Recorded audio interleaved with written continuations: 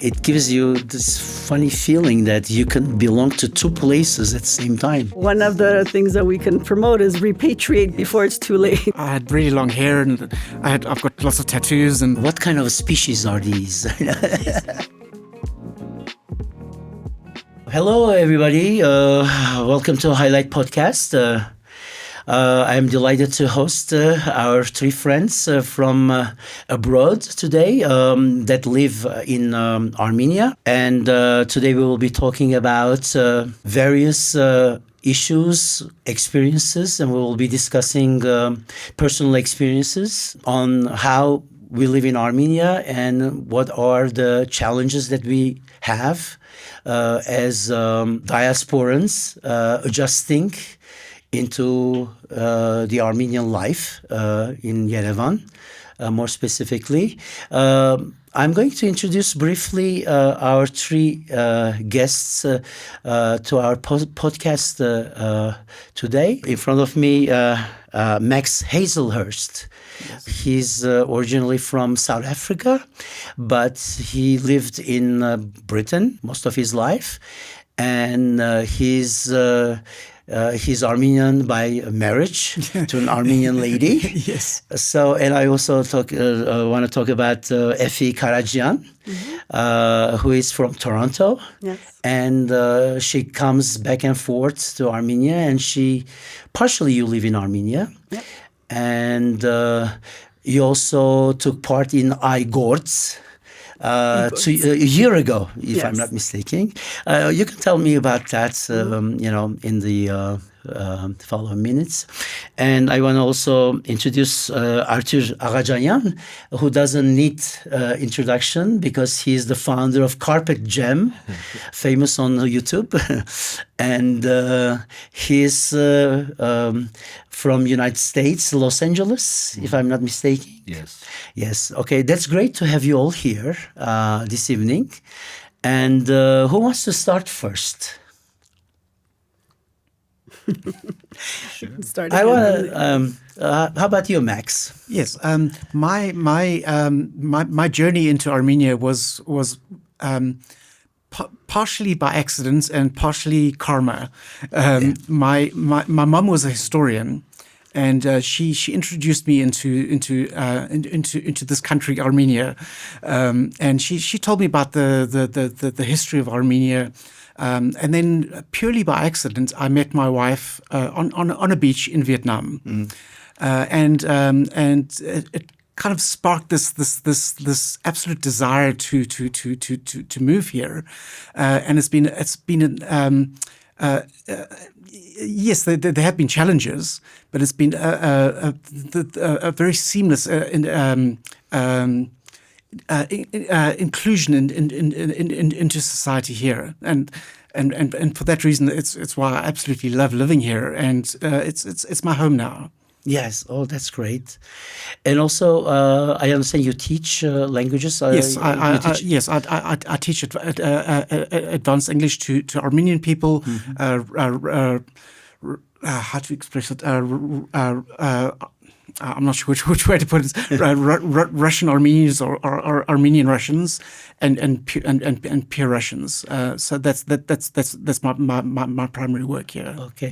And do you have any challenges in communicating with the Armenians? Because I understand you don't speak fluently Armenian. No, my Armenian is absolutely terrible. Yeah. With the older generations, yes, there is a slight challenge. In my neighborhood, there are a lot of elderly people. Yes, but there's that the language of love. Yes. There's an old babushka that lives downstairs, and she speaks absolutely no English. She's Artsakh, and she doesn't even speak Yes. Pure Armenian, Actually, they have a different parpar. We call it a parpar, a dialect. Yes. Even for me, it's very hard to understand. I'm fluent in Western Armenian. Yes. By the way, I just want to, I don't think I introduced myself. Did I say Vartan Esenyan from United States? We can get to me later on. It's not important. But what I want to say is that usually the younger generation are fluent in English. Therefore, you shouldn't have any type of a problem with that. But the older gentlemen, they don't, usually they speak only Russian. But the point I was trying to make is even this old lady with sign language and communication, there is absolute. So does your wife act as a bridge for communications sometimes? Yes, absolutely. Yes.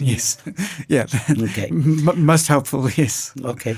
So I'm going to turn to Effie now to see how she's doing in Yerevan. Go ahead, Effie. How are you doing with your daily routine? How does it goes by? Well, right now my daily routine is just taking care of my parents who have also repatriated in the last year. I came here in 2021. I managed to do a tourism course, so I did some work here with a tourism company, and then I did Igorts last year, as you mentioned. I was in Gyumri for the most of the year last year. And right now I'm just, I have a house. I bought a house in 2022 in Arzny. So I'm busy with renovating the home, taking care of my parents, and I also teach yoga. So online, yes, I'm teaching online yoga classes. Are you having a hard time to find qualified personnel to fix up the house? Yes and no. I did the first phase of it. They were pretty good. They were very well priced. But I think, as they say, you get what you pay for. That's right. So well priced means also a little bit of, some work that needs to be redone. But I'm also just enjoying my time right now in Armenia. That's great. Yeah, I'm enjoying being back in Yerevan. Do you have any projects, like short-term? Not right now. No? Not right now. I'm just going to be going back to Canada for a couple of months, and then when I come back, I plan to start some. But eventually, you are thinking of permanently living in Armenia? I like to consider myself already permanently living here. I've spent. I already have a house here. I gained my citizenship. Oh, that's great. From the last 4 years that I've been here. I've definitely been here more than in Canada. And, I've been looking for work, but it is hard. Our main topic today is about seniors finding work, but not. Yes. But I've actually decided to start my own thing. So I registered a company. I registered myself as a micro business. My background is marketing and event planning. So once I come back from Canada at the end of the summer, I plan to hopefully get some new clients. Yeah, I was always curious about if the government had special incentives for diasporans who come, opening a business and give jobs to the Armenians. Do they have a special program for that? So do you get any tax benefits? I'm not aware of any special programs for repatriates, but as a micro business, if you do register yourself, which was, again, quite a process in itself, then yes, you do get some tax breaks for the first year, as long as you keep registering as a micro business, as long as your income is less than a certain amount. Okay. It's a 0% tax. So there is incentives. And also it's less headaches. Yes. Okay. Yeah. Okay. But you do have to register every year, and that registration process, like anything in Armenian, it's a learning curve. Of course, yeah. Just like buying a house was a learning curve, and becoming a citizen was a learning curve. So, I'm in a process of expediting that as well, but I don't know. My mileage will vary. Yeah. At least I have my birth certificate translated, and actually, it wasn't translated. It is in Armenian from the Bolis Badilarkaran. Yeah. Well, my birth certificate was in Armenian from Iran, but because it was from the days of the Shah, they did not accept it. I had to actually go back to Toronto and get the Armenian church to write me a letter. So I'm born in Istanbul, and all my records, actually, they found it from the Badirar Karan. They were able to reproduce the new version of the birth certificate. Yes. Christening. Yes, the christening. Christening certificate, yes. So I'm gonna, before we go back with you and Max, I wanna also ask Arthur to give us his insights about life in Yerevan and in both like business-wise and also like your personal life here, your interactions with the Yerevan Sea, with the Armenians. Well, I absolutely love it. I think every year it gets better. When COVID hit and Carpe Jam started, yes, not on purpose, by accident, just out of fun. It was just living old dreams from 50 years ago when I was a teenager and had a guitar and wanted to be a rock star, but that never happened. So I wanted to relive my dreams with young talents here. So it all started with fun, and then I couldn't stop. So dealing with a lot of musicians, directors, operators, studios, I have so many friends, and they're all in the music industry. And luckily I found so many close friends that they're my son's age, but they call me friend, and that's lucky because yes. I have 2 grandchildren now, and to be able to hang out with young people all the time. Yes, actually, I realize myself that when I'm around the younger people, I get energized, and I get motivated, and but it's great that you started Carpet Jam and have new talents being represented. And can you tell me about your, the singers, the talents that you have been promoting? Specific ones that you really you think that they have a lot of potential versus like.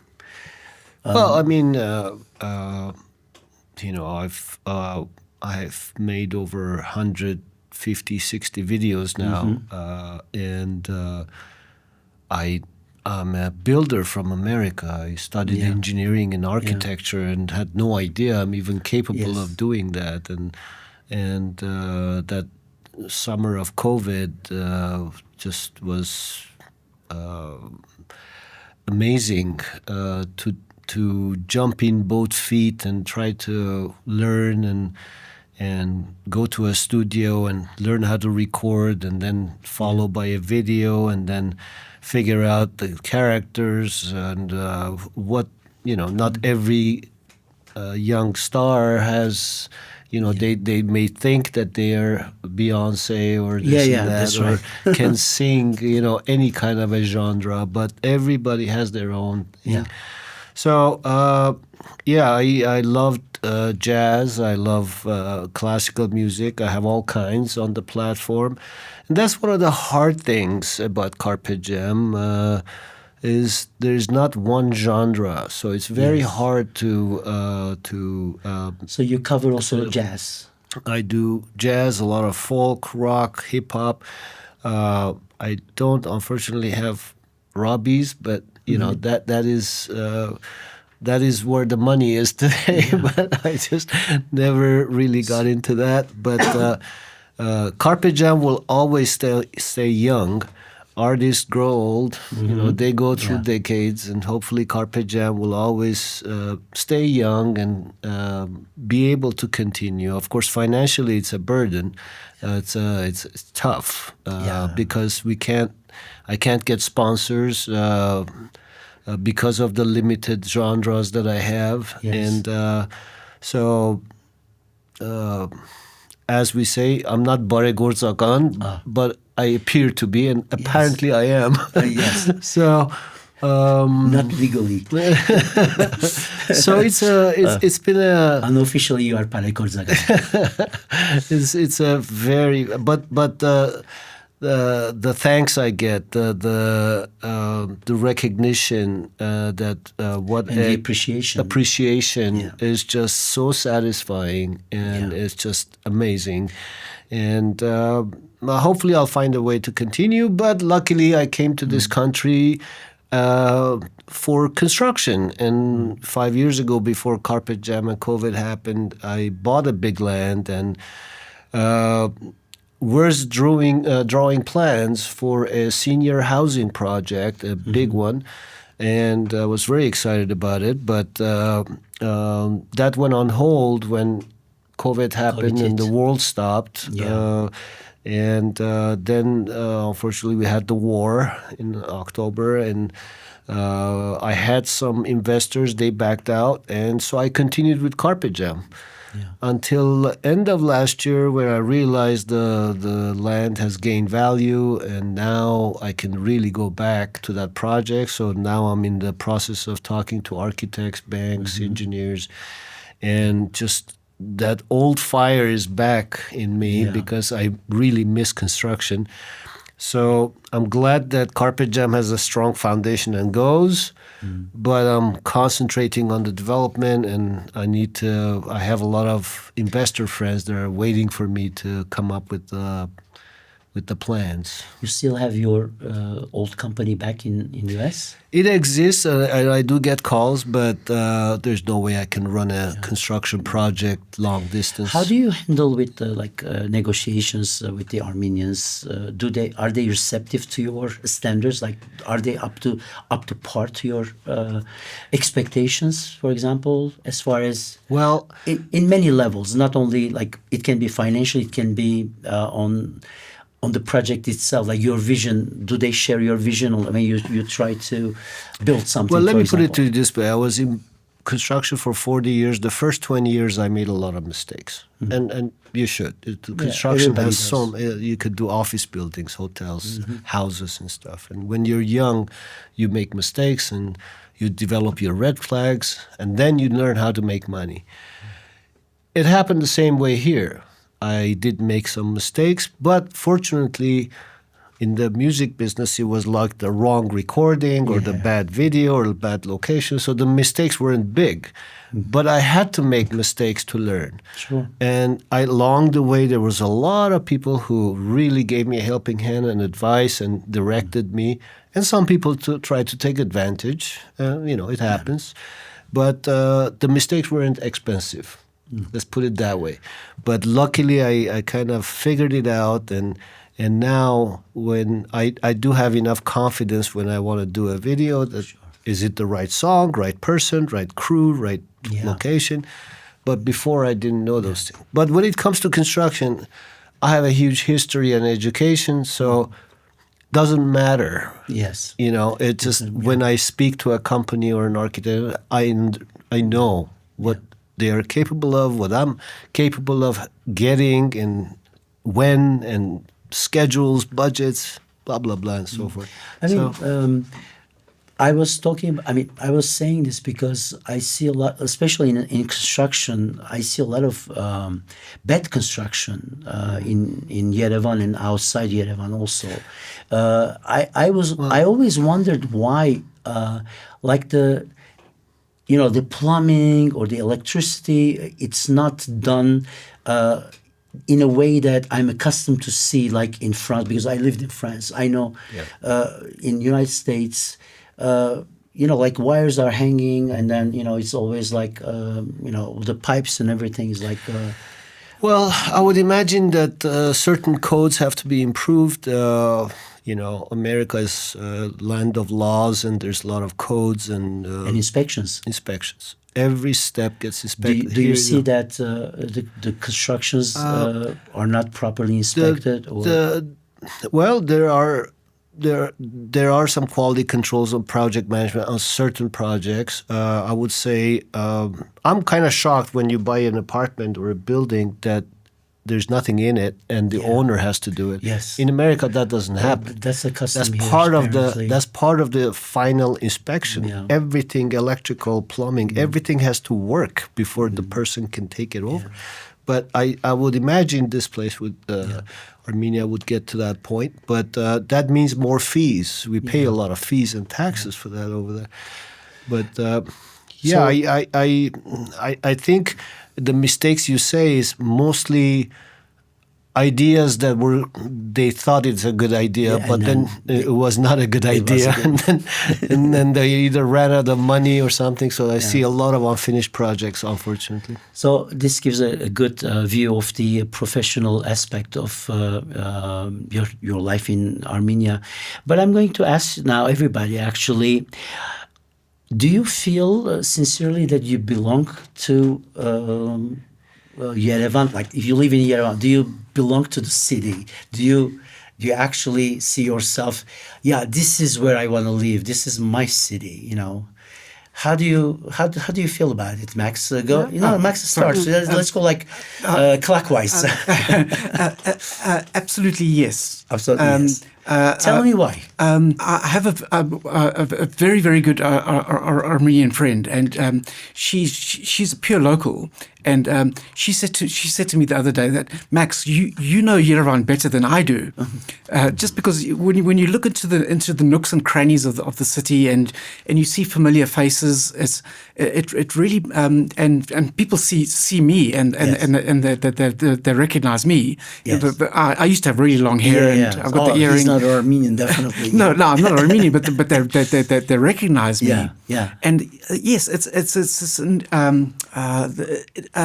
purely intrinsic that you have this feeling of this is home. Yes. So yeah, absolutely, and people are very tolerant and very accepting. So yes, it's this the synergy that exists. So it's absolutely 100% that I feel this is my home, and it will be my home for, pretty much forever. Yeah. You, Effie, how you feel about it? I definitely feel like I belong here. Yeah.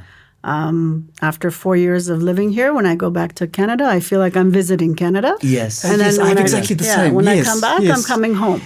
You see, of course, I'm never going to be an indigenous Armenian from the way I speak, from the way I look. Yeah. I get mistaken for Russian a lot. So you get when that a lot. so exactly when they greet me, they'll speak to me in Russian. I'll be like, no, I'm Armenian. They're like, oh. So, no, but I definitely believe I belong here, and I believe most Armenians do belong in Armenia. And you do get treated well, right? Am I correct? Of course, yes, very well. Me too. I mean, when even I try to emulate, I try to speak Eastern Armenian with some, shortcomings, but still, when they see that I'm making this effort to communicate, suddenly, I feel accepted as well. Yeah. How about you, Arthur? Well, definitely here. Did you have any 2-3 problems? years? A couple of years ago, a taxi driver asked me. He said, "Okay, so you were born and raised in Iran, 18 years there, and then 45 years in U.S., and now you're here 3-4 years. So what are you? Where does it gravitate you?" I said, "It's only 3-4 years here, but here it's just amazing how I can't stop smiling when I come back, and I'm going over there, and I'm not if I'm not productive and I'm not out daily learning something or meeting people, which I do here every day. It's just it's just amazing. Such an eclectic environment where you meet all kinds of people from everywhere, and they all have a story. This doesn't happen in Glendale anymore. In 1978, I went to Glendale and was 1 or 2 Armenian families, but now it's a little Armenia over there. It's amazing. So I have a similar experience, obviously. And more I spend time here, is like I was saying before the podcast, remember, like I see myself like in parallel realities, essentially. They are all continuous. When I go one place to the other, I continue I would say my old life, like this being the new life in Yerevan. but it gives you this funny feeling that you can belong to two places at the same time. Yes, one place, you have your family. Like in my case, I have my family in the United States. I'm from New York. Me too. So, I have a grandkid and my two daughters. So I belong there. But when I'm here, I belong here. Yeah. It's like some people cannot understand that feeling, that concept. How can you belong to two places at the same time? So I refer them to the Twilight Zone series. Yeah.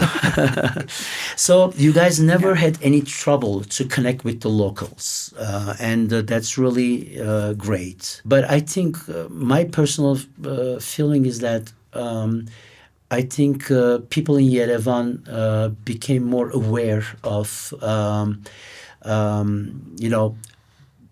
people from diaspora coming here, and when you mentioned that you're doing like volunteer work, and suddenly their attitude changes.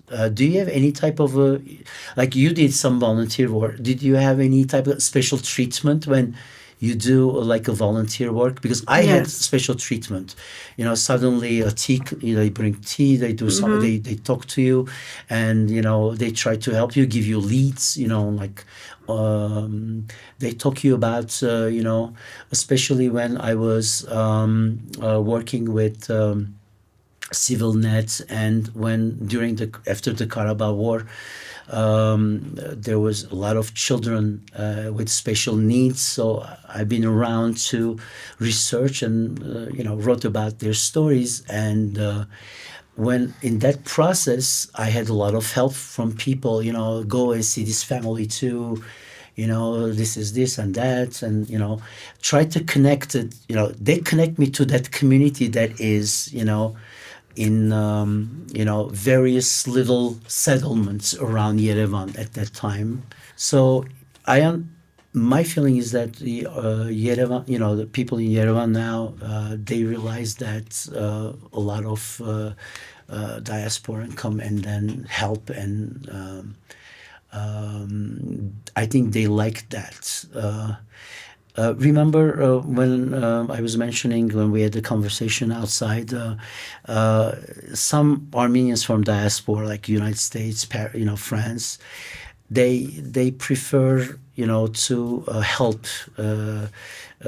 They send money, etc. But I personally believe that when you come and then you do the work yourself instead of money, for me, it's a tool, but the way that you use it can be different when you are here personally and you're doing something with your both hands and manage it. I understand, Max, you think that the money, sending money can be a problem. Can you explain that thought that you had? We had like this conversation, remember? Yes.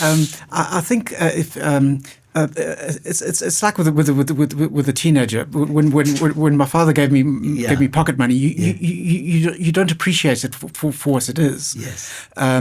With my wife and I, we were quite active with the Agbu Foundation with the soup kitchens last year. Yeah. And when you actually exactly what you said, when it's actually hands on, and you know that you're physically helping people, that's actually when it makes a real difference. If you're just handing over cash, I've been in the Aghadjanians Center, AGBUs, outskirts of the town. Yes, and I've been like packing food, and I was like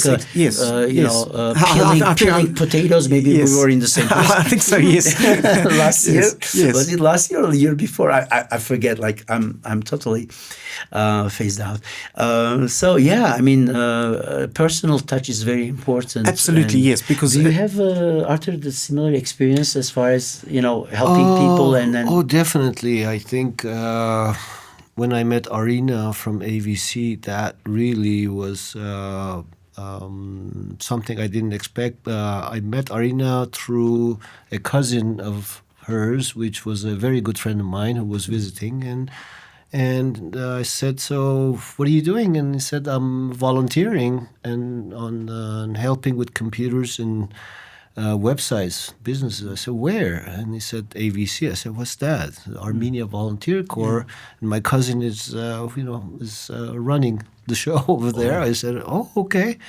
I said, maybe something will come up, because I was talking to everybody. So I met Arina, and she said, wow, you have an amazing story. So what do you want? What can you do? What do you need? I said, I need to get the name Carpet Jam outside of Yerevan, because Carpet Jam is a community. People need to know that, oh, let me check on to see this week, like what 16-year-old is up. It doesn't matter if she's jazz or pop or just that there's a Armenian artist coming to this platform. I'm giving them a platform. And she said, well, you have to become a senior volunteer, because that will open doors. And we have all these people coming from all over the world. And I did, and they sent me to 2 music schools in villages, and that was another eye-opener. I just and that made me do a 30-minute program, 2 of them so far, one in Abaran, one in Lori, and it was just amazing. We call it Village Sounds of Village. And we go with the whole team, record and video them, bring the sounds back, and create music out of it. That's great. And I thought maybe I could apply for grants. Yes. I Get haven't, maybe Ministry of the Culture help somewhat. I mean, because that particular program, I would love for it to continue. And I'm just going to give you another hint. I don't know if you are familiar. If you went to Gümri, you probably heard about. Maybe you heard about the Vardui Art School. Kids age from, I think, 8 to 15, they do ballet. They actually, I was there interviewing them for the 100th anniversary of ballet of Armenia, and then they have ballerinas there, and they have also kanun players, 3 ladies, young ladies. They sound amazing. They have cello and violin players. It's a fantastic school, and they do all that after their regular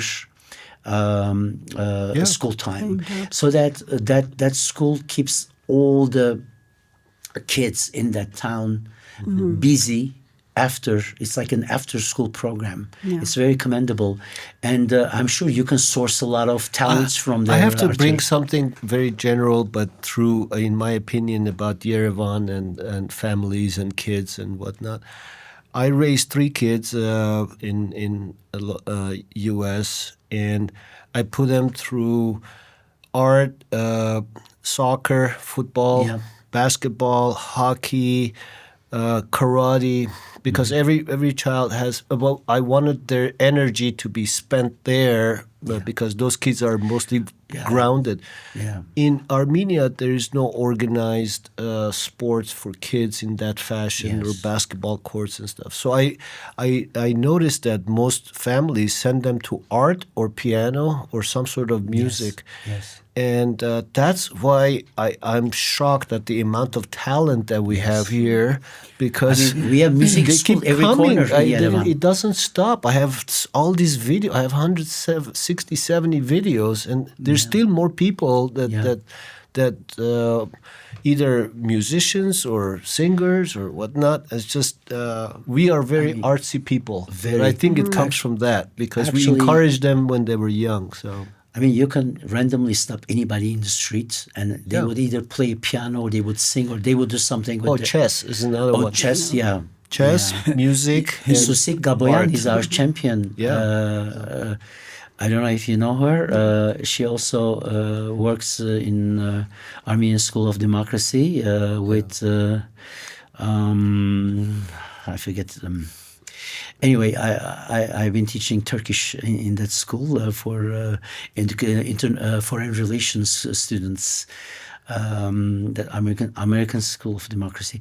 So it's incredible the amount of talents that we have, especially in chess and also in music. So maybe I should also talk about a little bit more about what I'm doing and my challenges. I never had any challenge as a senior, by the way. AVC is amazing because it really blends the younger generation with the older generation. Yeah. And it fits such a way that I still have hard time to understand how the whole thing fits together. The way that they design the whole thing is like seniors do not feel like I call them seniors, but young at heart, I would say. Yeah. So they are all together in that environment. They learn together. They actually, like, we have been planting trees together. We have been going around and do manual labor together. We were out out and about after work activities. So we never get segregated. There's no question about that. So that's why I'm also promoting, in my community in New York. I live in Long Island, and to really try to bribe the people of my age to come here and do something useful, use their own talents. I do that all the time when I'm there. Yeah. But I still have to. That's my challenge, because some of them, they think that their talent, or they are challenged by either their age, or they don't have the correct, the right talent to be useful in this country, in Armenia. So something really definitely stops them.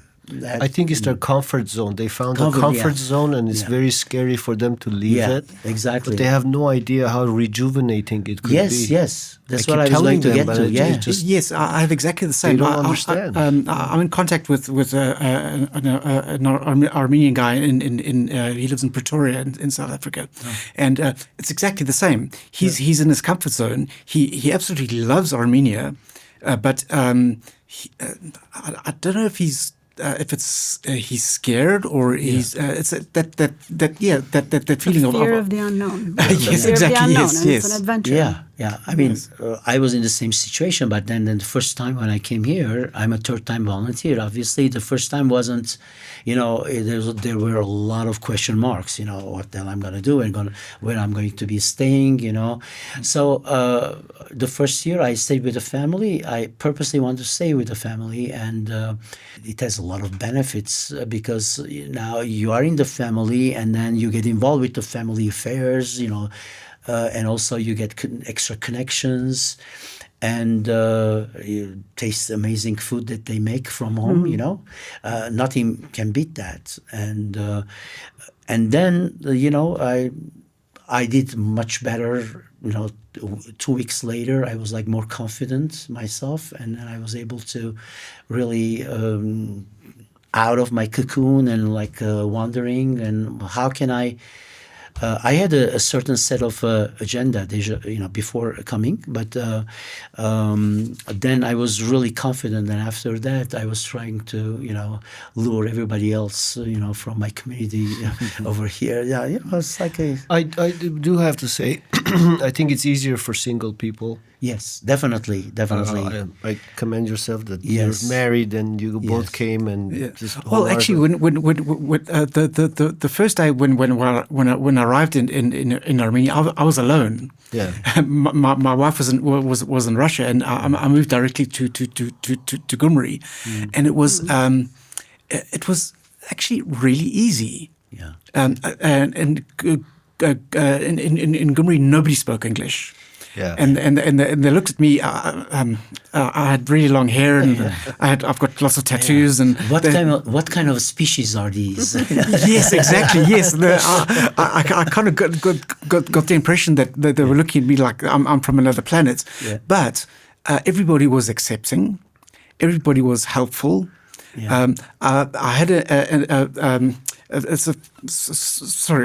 small anecdote. Across from my apartment, there was an old lady living there, and by mistake, I left my front door open, and I was working on my laptop, and I looked around, and she was in my house. Okay, in South Africa, if that happens, you're probably going to get a bullet in the head.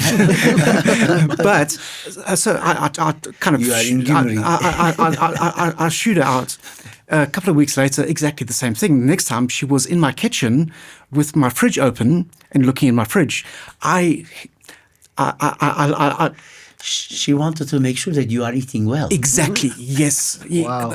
And that's what kind of made me absolutely think, wow, this country is absolutely That's crazy. Amazing, Like beautiful. you're part of the family. Yes, exactly. Yes, Yes, you're part yes. of the family, Yes. and they come So in. talking about Gyumri, I just want to ask Effie, because you live there. I do. How does it Yes. compare, the life in Gyumri, how does it compare to life in Yerevan? Well, I want to go back to the volunteering aspect in Gyumri. We had an opportunity with the Hovnanian Foundation to volunteer at Aghadjanians Center, which is where they have the disabled children. And Yes. for me, that's close to my heart because I have a member of my family, my cousin. And I was amazed at how accepting the people of Gyumri are towards that, because I know that has a bit of a stigma in Armenia. But the Aghadjanians Center there is amazing, and it's great to see.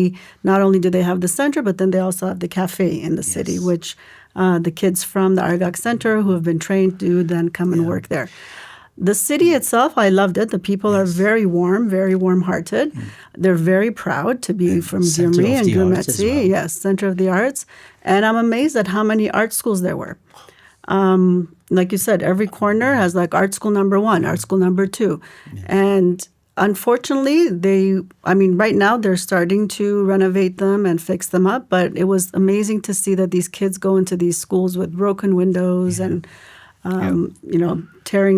torn out flooring, but they're still committed to their Same art. with the music schools in Yes, the villages. music. The music schools, the art schools. Last year, my family and my friends, actually, we donated ballet shoes for Vartan Art School because they were in need. And also where they practice, the floor is really like in a bad shape. Yeah.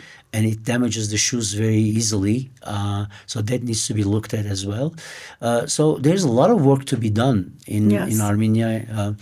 I love Gyumri. Actually, it's a little bit colder, but people are warmer there. It's an amazing place. I was thinking maybe I can volunteer next year in Gyumri. Right. So to get that experience as well, because I've been traveling a lot in Armenia the last 3 years. Actually, this 3-time volunteer, but 4-time visiting, and a lot of changes. Things are definitely improving. And I am a photographer. I'm a photojournalist now.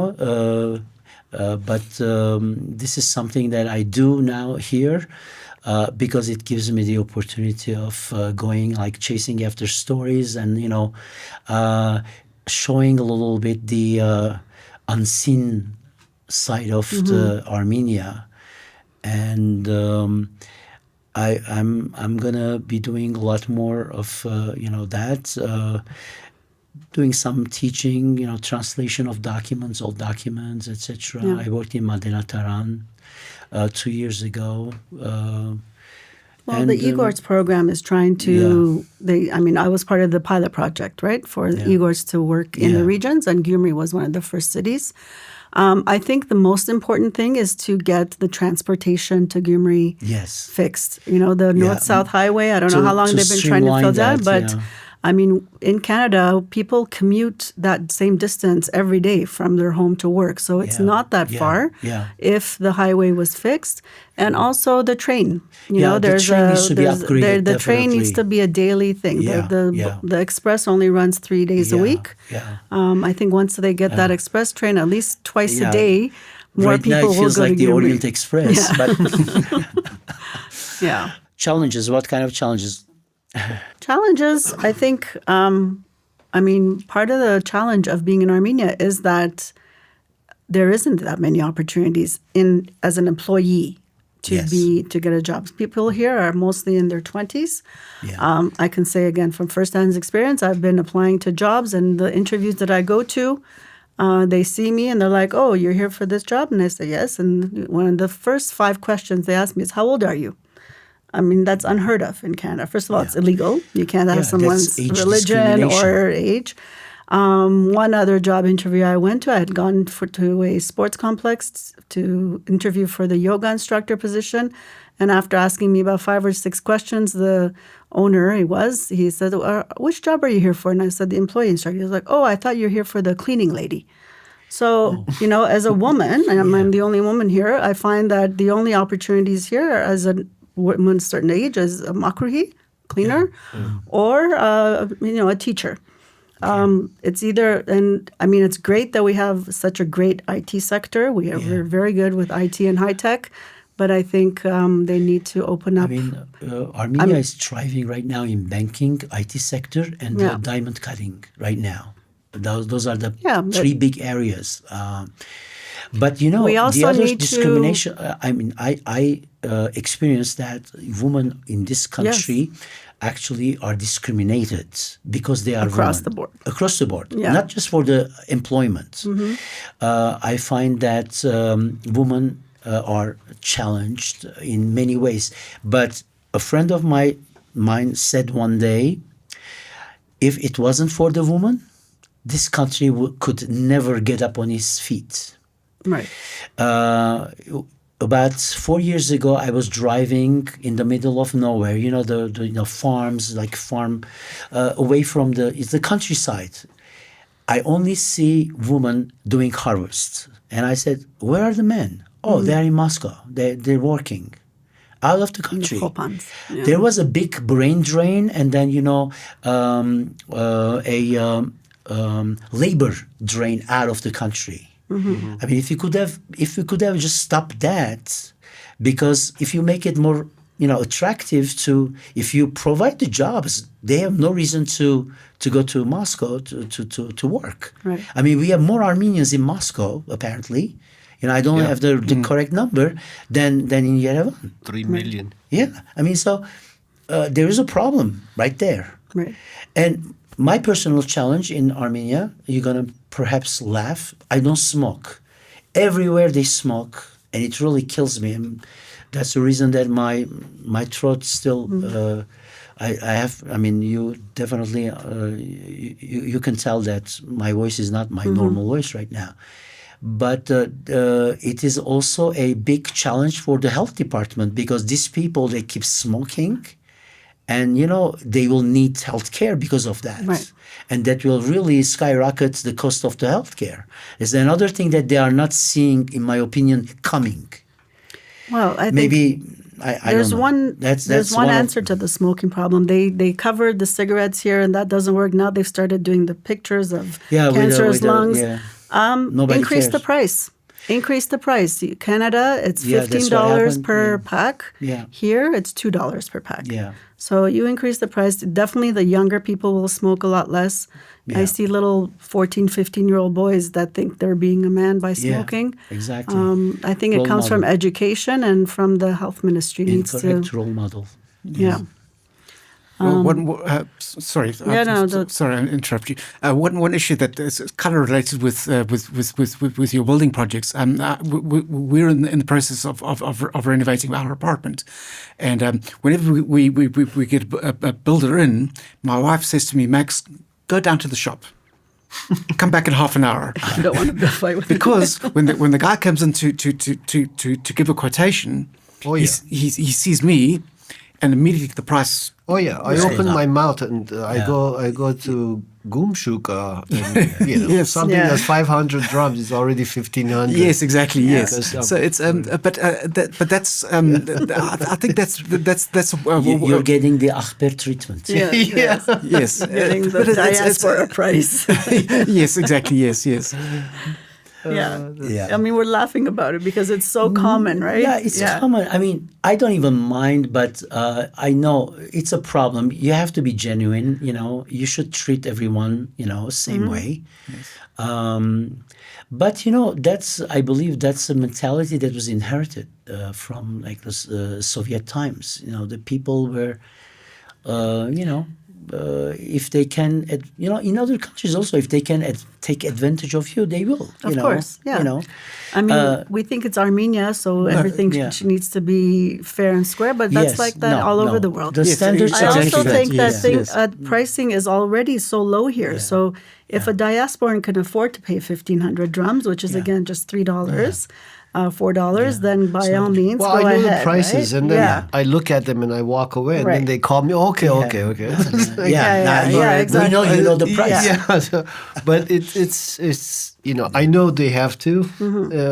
I mean, not have to, but they do it inherently because it's a reflex. It's a reflex from 30 years. We're trying to govern ourselves now. It's also because of low wages. So again, if you're making a wage where you can feed your family, put a roof over their head, then you're not going to want to trick people into paying more. That's right. So I think that again, it's a. But I'm happier here, and I want to be here, and I want to. Sometimes I say, "What tag? I can pay extra." What tag? That's also that. The other, that's the feeling that So it is. It is what it is. You cannot really fix everything at once. So you just you break down the project in little manageable pieces, and then everything eventually over the years gonna work out. I mean, I look at it as I'm more like optimist in that regard. I wouldn't trade it for anything. You take the good with the bad, and there's so much good that. Otherwise, you won't have anything else to talk about. It's like when you are with you discuss things. Oh, by the way, I got ripped off like 2 minutes ago. All right. So before we wrap this whole thing up, do you have any other additional thoughts? What else can you say about your experience in Armenia? Anything that we skipped or we forgot about to mention? I think the main thing is for anybody that wants to move here or relocate here is that you really have to have an open mind and be willing to be flexible. Yes. If you have a very closed-minded viewpoint, it'll just make your life very, very difficult. I came here with a blank canvas. Yes. And if you come here with a blank canvas and you're willing to adapt and evolve, then life here is absolutely wonderful. Forget your standards from wherever you come from. Exactly. Yes. Take the good and take it in. And ignore the bad, and then hope that it'll change. That's right. Yes. Exactly. That's right. Yes. Yeah, I believe as well that one should definitely visit and stay quite a while before deciding whether or not to repatriate to Armenia. Yes. Otherwise, they will get miserable if they don't do that. I have something to say. But go ahead. What I see, I want to pitch my project a little bit. 5 years ago, when I came with the idea of senior housing, it was big, grand, and we did a lot of work, and then it stopped, and then kind of went away. But more and more, I noticed because my mom is 90, and we were looking into some senior housing, and we saw how expensive it could be. Yes. People with dementia and Alzheimer's, it might cost around $10,000 a month. Just senior housing for elderly care here, it's not very acceptable. People want to keep their parents home. Yes, but as a study showed, aging elderly is a global problem because they live longer with the medication available or the way of life, or they understand how to cook or what to eat. Life expectancy. Life expectancy is longer, and this is a global problem. We don't have one here, and I think that the plans that what we're preparing is based on American standards. Yes. We're hoping to have that, but people here may not accept it originally, but I think they might entertain the daycare part, because that's a big business now in the U.S. Yes. that you take very much older people become like kids, I think, and they need to be entertained and taken care of They somehow. need to socialize too. I'm also thinking about my future. What am I going to do? And I'd like to live here and retire here if possible. Even though I have grandchildren and more children to get that are supposed to marry, hopefully, and have more grandchildren. But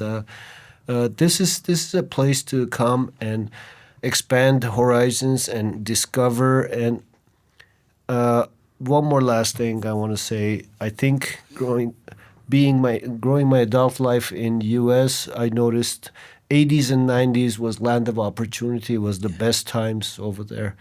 Here, I think, is now land of opportunity. Yes.